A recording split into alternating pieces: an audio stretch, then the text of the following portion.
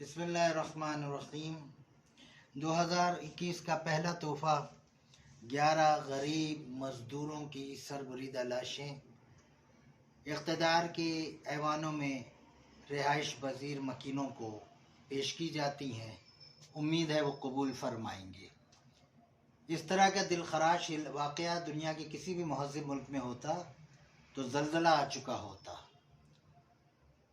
New Zealand में जब मस्जिद में दहशतगर्दी हुई थी तो गो के मुजरिम फौरी तौर पर गिरफ्तार भी कर लिया गया था, मगर न्यूजीलैंड की वज़ीर आज़म एक एक शहीद के घर गई थी, हाथ जोड़ के उसने माफ़ी मांगी थी, उसके फातहों में शिरकत की थी। न्यूजीलैंड के गैर मुस्लिम जो अवाम थे वो नमाज के वक्त मस्जिदों के आगे कतार बनाकर मुसलमानों की हिफाजत के लिए खड़े हुए और पैगाम दिया कि यहाँ पर इस तरह की नफ़रत नहीं चलेगी।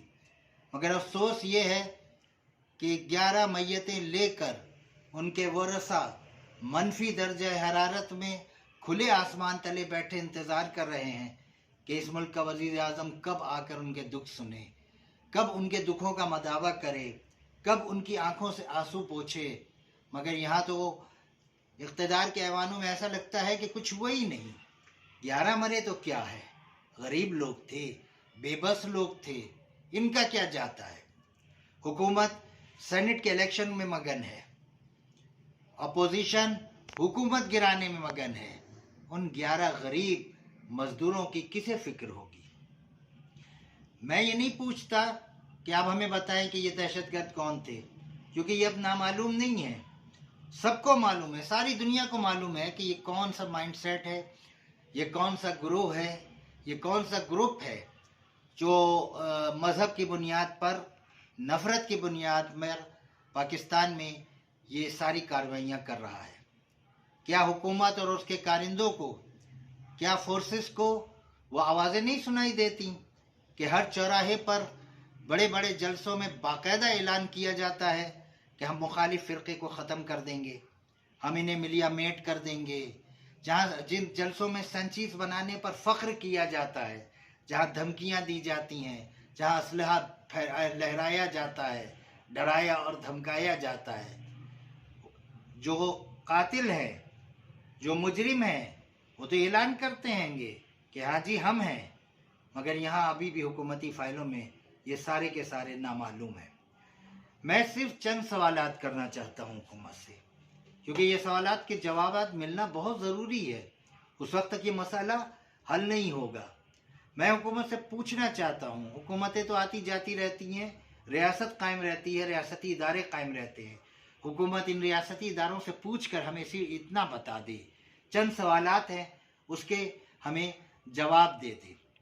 हमें बताए कि पिछले सालों में जितने भी इस मुल्क में दहशतगर्दी के वाक़यात हुए, हुकूमत ने और उसकी एजेंसीज़ ने और हुकूमती इदारों ने इन वाक़यात को कैसे हल किया। कितने दहशतगर्द पकड़े गए, कितने जेलों से फरार हुए। हुकूमत चीफ जस्टिस साहब से पूछकर हमें इतना बता दे कि अदालतों से कितने दहशतगर्दों को कैफरे किरदार तक पहुंचाया गया। हुकूमत अपनी एजेंसी से पूछकर हमें इतना बता दे कि कोयटा जो एक वक्त एक छावनी की शक्ल इख्तियार कर गया है, जहां हर थोड़े कदम पर, थोड़े फासले पर फोर्सेस की चौकियां हैं, जहां आम आदमी भी 10 मरतबा चेक हुए बगैर जो है वो नकलो हमल नहीं कर सकता। फिर क्या वजह है। दहशतगर्द आते हैं, सारी कार्रवाई करते हैं, बड़े इत्मीनान से करते हैं, चले जाते हैं और बेफख्र से बताते हैं कि ये हमने किया।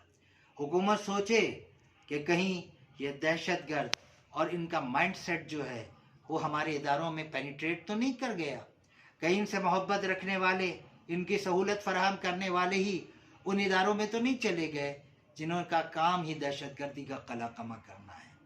हमें बड़ा अफसोस है कि हम इस तरह भी सोचने पे मजबूर हो गए हैं। हमें बताओ कि क्या हम इस मुल्क के शहरी नहीं हैं।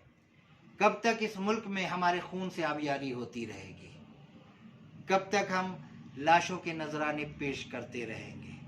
हुकूमत होश के नाखून ले, इस सिलसिले में फौरी तौर पर कार्रवाई की जाए और इन सवालों का जवाब हमें फराहम किया जाए।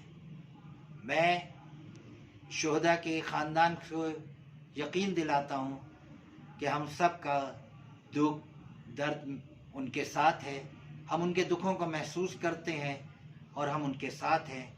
वो अपने आप को अकेला ना समझे। पाकिस्तान जिंदाबाद।